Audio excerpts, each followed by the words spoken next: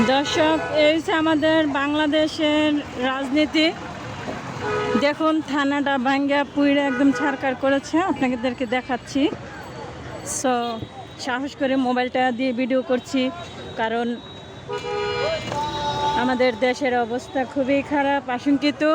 ছেলেরা কাছে বাড়িতে পারছেই না, আমাদের চলাফেরার জন্য অসুবিধা হয়ে যাচ্ছে। বিএনপি সরকার আসলে খাবেন 100 টাকা কেজি। শেখ হাসিনা যখন ক্ষমতায় ছিল তখন খাচ্ছিলেন 40 টাকা, 50 টাকা, 100 টাকা কেজি চাউল। সো দেখেন এবার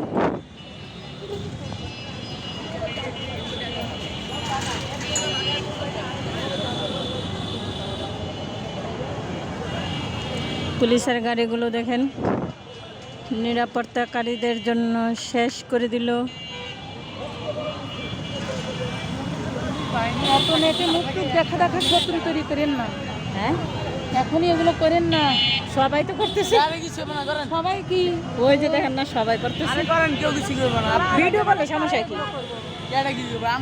সম্পদ কেন নষ্ট করছে এইটা বলেন।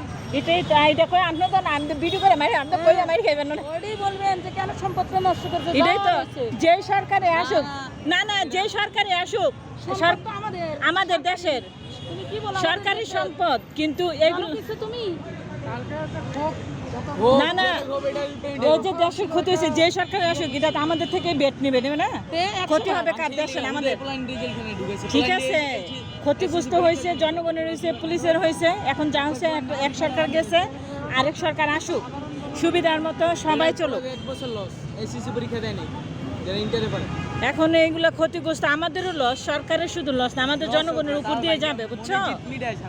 এটা আমাদের সম্পদ, এটা তো দেশের আমাদের সম্পদ। বাটারা থানা, পুলিশের গাড়ি সবগুলো ভাঙচুর কইরা চুরমাস করে দিছে। এখন হচ্ছে জনগণের উপর। এখন তো সরকার, যে সরকার আসুক বেড তো নিবে, ঠিক না? 40 টাকা 50 টাকা কেজি চাউল। এখন অনেক থানায় বঙ্গবন্ধু এই যে শেখ মুজিবুর রহমানের মেডিকেলটাও তো পুড়ে ফেলাইছে। তো হ্যাঁ, এই যে বঙ্গবন্ধু হাসপাতাল ছিলেন না, ওটা পুড়ে ফেলাইছে না। মানে সবগুলো, কোনো কিছু বাদ রাখে না, সব কিছু মানে শেষ। এগুলা দেখার জন্য হাজার হাজার দর্শক আসছে। এখন আর দেখার সময় নাই, আমার অনেক লেট হয়ে যাচ্ছে, আমার বাচ্চা আছে, চলে যায়।